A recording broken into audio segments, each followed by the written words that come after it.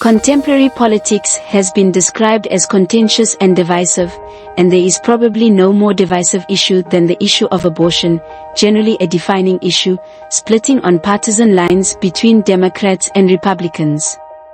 And a popular charge brought against those who are opposed to abortion is that these largely religious activists do not have a right to impose their religion on others.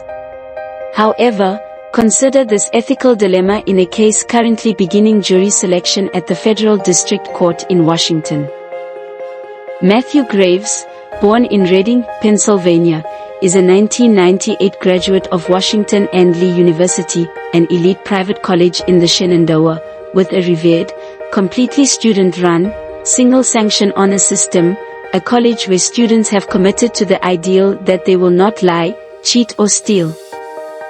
After graduating from the prestigious law school at Yale University, Matthew Graves began a distinguished legal career as a law clerk for Judge Richard W. Roberts of the United States District Court for the District of Columbia, and from 2002 to 2007, he was employed as an associate at WilmerHale, a prestigious large law firm in the nation's capital, and while falling short of ideal, making it to the partner track as an equity partner, it was nonetheless a remarkable career trajectory for a student who had graduated from a school with an honor system, where students had pledged to never lie, cheat or steal. And from 2007 to 2016, Matthew Graves transitioned from the private sector to become as an assistant United States attorney in the District of Columbia, where he served in the office's fraud and public corruption section, ultimately serving as the acting chief of the section and, after some commendable service in the public sector and government service, Matthew Graves returned to the private sector as a partner at the prestigious, large law firm, DLA Piper, serving from 2016 to 2022, before being appointed as the U.S. Attorney for the District of Columbia, where many today may know of his prosecutions in the J6 trials.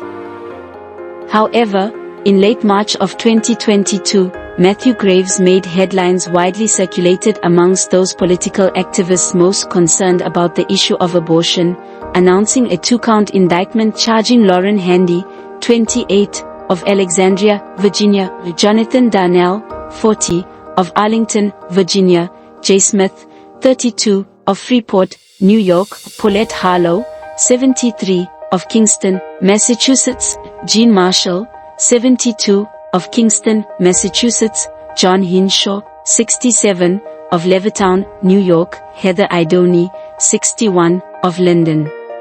Michigan, William Goodman, 52, of the Bronx, New York, and Joan Bell, 74, of Montague, New Jersey, with federal civil rights offenses in connection with an alleged reproductive health care clinic invasion in Washington, D.C., on October 22, 2020. According to the press release, the defendants were charged with conspiracy against rights and a FACE Act offense. The indictment returned by a federal grand jury alleges that the 9 defendants engaged in a conspiracy to create a blockade at the reproductive health care clinic to prevent the clinic from providing, and patients from receiving, reproductive health services.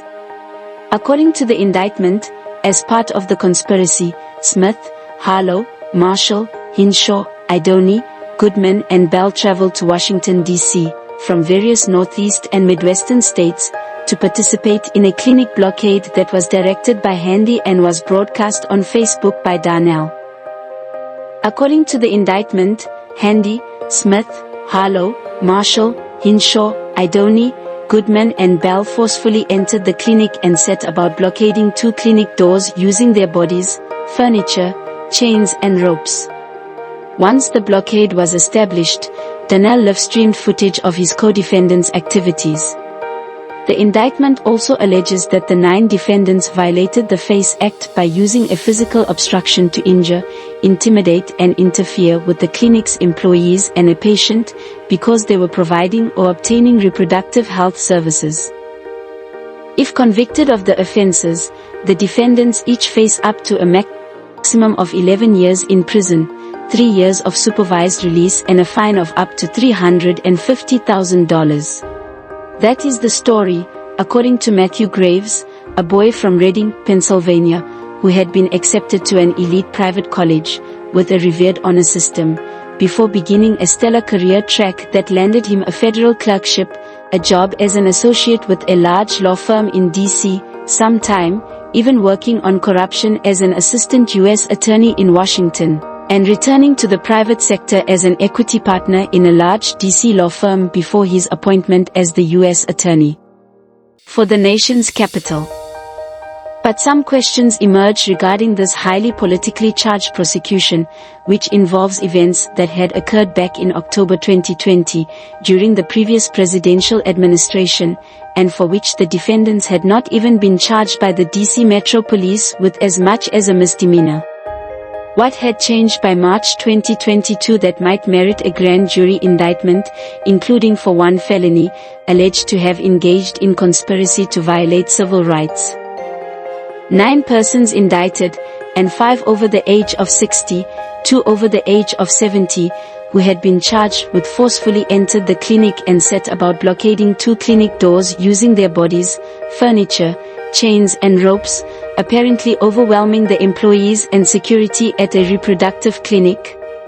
But apparently, Matthew Graves, a graduate of the most competitive private college in Virginia, and graduate of Yale Law School, believes he has built a case to bring to trial for a felony conviction in which the defendants have also been charged with misdemeanor offenses under the FACE Act, which of themselves would not warrant the convening of a grand jury at all.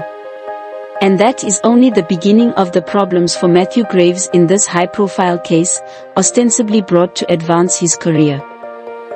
Perhaps you have heard the term illegal fiction, and these are truly the things of which fairy tales are made, for, in an attempt to assert the authority of the crown, under King James I, in England, and to increase the royal treasury, which had competed for cases against the feudal lords and the churches, between 1550 and 1590, spanning some 40 years, the Elizabethan Chancery would permit a plaintiff to file a case for any valid claim, but also to present a bill alleging that a trespass had occurred at Middlesex, even though it had never occurred, but with sufficient legal force for the royal crown to assert jurisdiction over the entire case. And at least most ethicists and moralists even today would identify that as an abuse of power. But, apparently, one boy from Reading, Pennsylvania, now having achieved fame and fortune, wishes to essentially allege a trespass at Middlesex, to punish 9 persons, including 5 over the age of 60, who disagree with his politics, because, in order to convene a grand jury, Matthew Graves required sufficient evidence of a violation of a felony offense, which a conspiracy to violate civil rights would qualify, under 18 U.S.C. Section 241. However, even according to the Department of Justice Practice Manual, which describes the provision as the Mississippi Burning Law, the activists would have had to have been conspiring with government agents or representatives when they had allegedly traveled to Washington to forcefully enter the clinic and set about blockading 2 clinic doors using their bodies, furniture, chains and ropes, apparently overwhelming the employees and security at a reproductive clinic. And, even having been presented these facts by a fellow graduate of Washington and Lee University who had reminded him of the honor system, Matthew Graves has gone ahead to advance his career, and seeks to attempt to convict 9 persons on a charge he could not support, but yet, obtain nonetheless an indictment in an unlawful grand jury.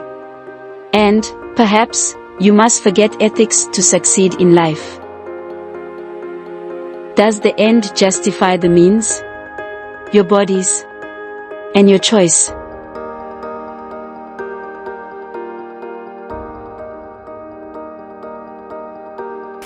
This message was approved by Major Mike Webb. Honest.